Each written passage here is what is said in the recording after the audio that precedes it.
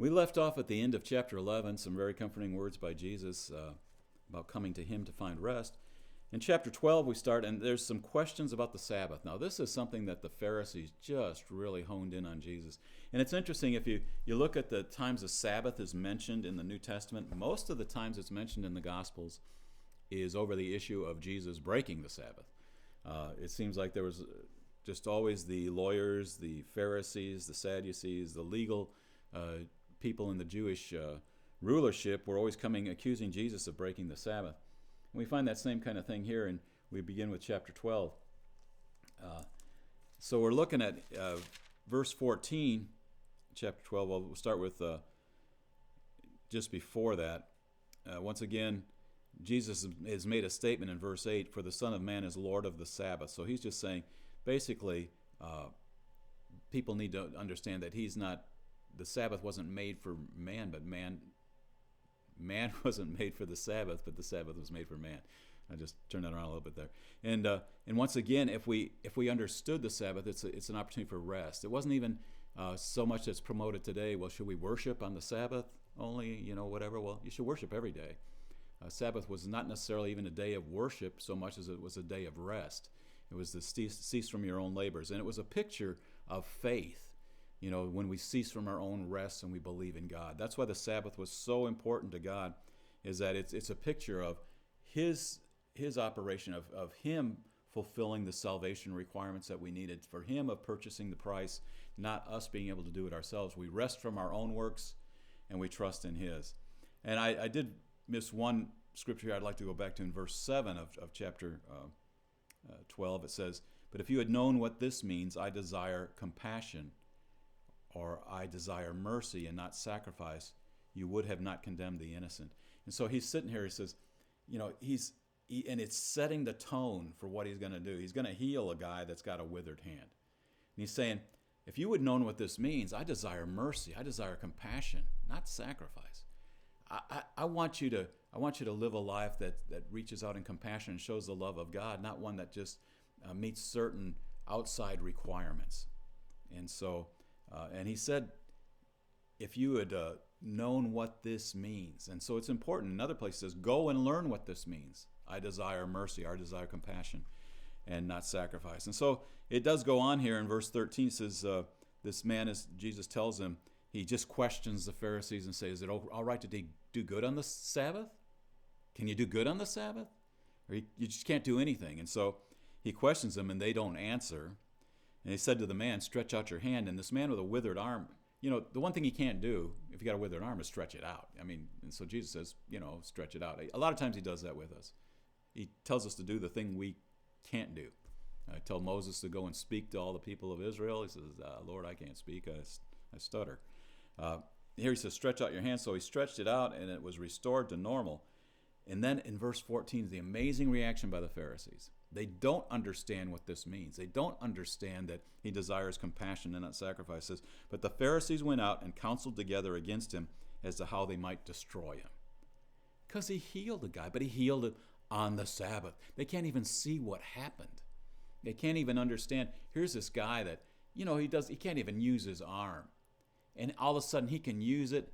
He's like the happiest guy on earth. And all they can think of is, he did it on the Sabbath. And they can't even see the consequences of what happened to the poor guy. But Jesus, aware of this, verse 15, withdrew from there, and many followed him, and he healed them all. Wow. That's just attached to the end. It says, he understood that they were trying to destroy him, so he withdrew from that area, and many people followed him. And then it just attached at the end, and he healed them all. Okay, that's good to know, because as we're getting into this next part of Matthew, we're going to run into a couple of times when people are looking for a sign. Jesus, show us a sign. And it's like, look at this little statement at the end. He healed them all. Can you imagine having a service like that? You say, hey, bring all the sick, bring all the crippled, bring everybody in, and everyone that comes in goes out healed. Well, that's what this meeting was like. This is stirring up the whole area. This kind of thing going on. I remember there was a situation. I was alive during the end of this ministry, but there was a ministry that started in about 1946, and a man who was just the Lord was using him to heal people all over the place. And he was down in Jonesboro, Arkansas, and he said, I'll pray for everybody in this line until the line is gone. Well, people kept getting healed, and they kept going out and getting more people in the line. So he was there for like 2 days, because whoever get healed, they'd go out and get somebody else, bring them in, and the line kept growing. And so he ate up in front there. He slept. He just waited there till everyone gone through the line, and finally went and collapsed. But the stir that caused, and it probably wasn't anything quite as amazing as what Jesus was doing with the crowds that he had in these multitudes of area, and everybody that came was getting healed. It turned everything upside down. It was an amazing time. But the Pharisees were so mad they couldn't even see the good that was going on, because he was breaking a rule. He was breaking the Sabbath. And he had just told them, I'm Lord of the Sabbath. Hey, I made the Sabbath. I know how to use this. I know what's going on here. But they were full of jealousy and hatred. So they were to stand against the multitudes. In verse 23 of chapter 12, it says, the multitudes were amazed and began to say, this man cannot be the son of David, can he? Woo! Saying that to Pharisees. Yeah, they were just upset because he just went out and healed. They hated him. And now they're saying, hey, this couldn't be the Messiah, could it? Be the son of David, the king that's going to sit on the throne forever. Hey, he'll rule over all you guys.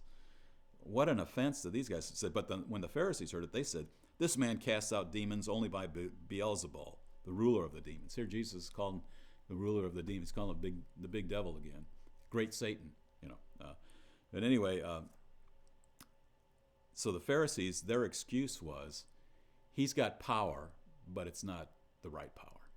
Well, there's nothing to show it wasn't the right power. There's people in history that have had some kind of power, and it's kind of shown it's the wrong power because they're cruel, they incarcerate people, they murder people, they do all this kind of stuff. Jesus wasn't doing that. He was healing people, he was feeding people, he was releasing them from their bondage, and here, but they still, out of their extreme jealousy, just called him like the chief demon, the ruler of the demons. That's how he's doing all this. Well, as we get through here to the end of this, Jesus makes a little statement here, talks about a kingdom divided against itself cannot stand. And he talks about if he's casting out demons by the finger of God, then the kingdom of God has come upon them. Then he ends this section here in verse 33 of chapter 12. It says, either make the tree good and its fruit good, or make the tree bad and its fruit bad, for the tree is known by the fruit. Then he says this statement, you brood of vipers. Hey, that doesn't, I can imagine in this day, if Jesus came to our church and got up front and he was speaking on Sunday, and he looked out and says, you brood of vipers. I could see people say, that's not very Christ-like, Jesus. You're not being very Christ-like. Well, he tells it like it is. Sometimes really exposing the reality of our hearts is a real key element for us coming to a real saving grace and a knowledge and forgiveness from God and restoration in our lives. So he says, you brood of vipers, how can you, being evil? Jesus called these people evil. We've got people today calling people evil, and some people say, you can't do that, you can't do that. Well, what if they are? There are some evil people. How can you, being evil, speak what is good? For the mouth speaks out of which the heart fills, that which the heart fills, that which fills the heart. The good man out of his good treasure brings forth what is good, and the evil man out of his evil treasure brings forth what is evil. I say to you, every careless word that men shall speak, they shall render account for it in the day of judgment. For by your words you shall be justified, and by your words you shall be condemned. We really expose what's in our hearts by our words. And Jesus is saying, every careless word, the word there for word is rhema. Rhema is usually referring to a spoken word. Every careless word that men shall speak, they shall render account for in the day of judgment. For by your words you shall be justified, and by your words you shall be condemned. So he's saying, if there's good fruit in your heart, if you're a good tree, good stuff's going to come out. If you're bad stuff's going to come out. And you'll actually be judged by those things that come out of your mouth. And what comes out of your mouth is just simply that which dwells in your heart.